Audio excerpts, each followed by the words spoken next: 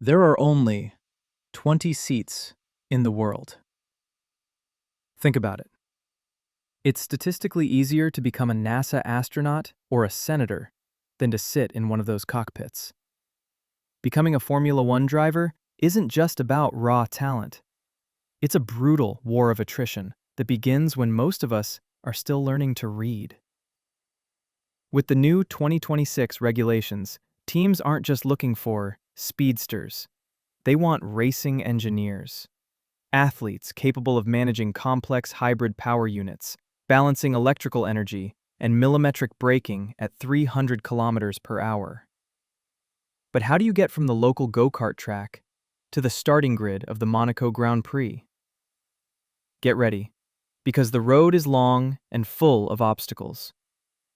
It all starts in the silence of local paddocks, between the ages of 4 and 7.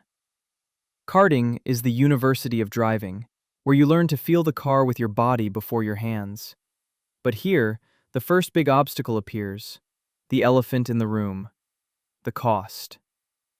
To compete internationally in CIK FIA championships, a single season can cost anywhere from $50,000 to $100,000. This is the first ruthless filter. Without a major sponsor or a family willing to invest everything, talent alone risks stalling in the pits before you even change gear. If you manage to win, if you dominate Europe on karts, at 15 the second phase begins, the jump into single-seaters. Here, the pyramid gets narrow. The first step is Formula 4. This is where you learn about wings, telemetry, and downforce. But pay attention, because today, you can't skip steps anymore. After Formula 4, the FIA introduced Formula Regional. It's a vital bridge. The cars are bigger, heavier, and pack nearly 300 horsepower. It's the ultimate test to see who has the physical strength and the mental capacity to handle the move toward international Formula 3. This is where the game gets real. Entering the Formula One weekend. Racing on the same tracks in front of the same team principals who hold your future. A season in Formula 3 costs nearly $1 million. In Formula 2, that cost doubles, exceeding $2 million. At this stage, you don't just have to be fast, you have to be a computer. Teams watch how you manage tire degradation, how you communicate over the radio under pressure, and if you can deliver a perfect lap when it truly counts. But a question arises. Who has all this money? Almost no one. That's why the only real way to reach the top without a massive fortune is to join a driver academy. Ferrari, Red Bull, Mercedes, and McLaren are constantly hunting for the next phenomenon.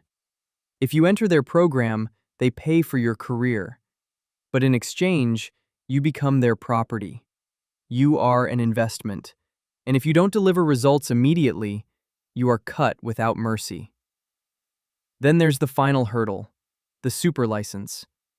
Winning isn't enough. You must accumulate 40 points over 3 years in junior categories. If you finish 4th in the Formula 2 championship, your dream might end right there, just inches from the finish line, simply because you're a few points short on a federal table.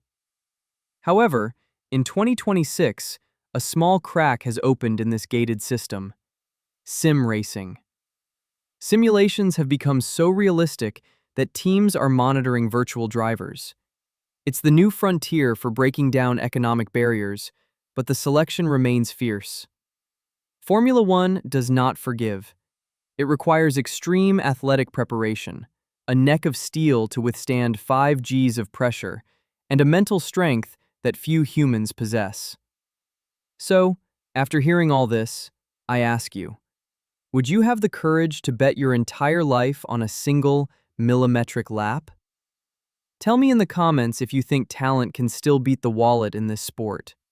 Subscribe to discover all the technical secrets of the 2026 cars. See you at the next green light.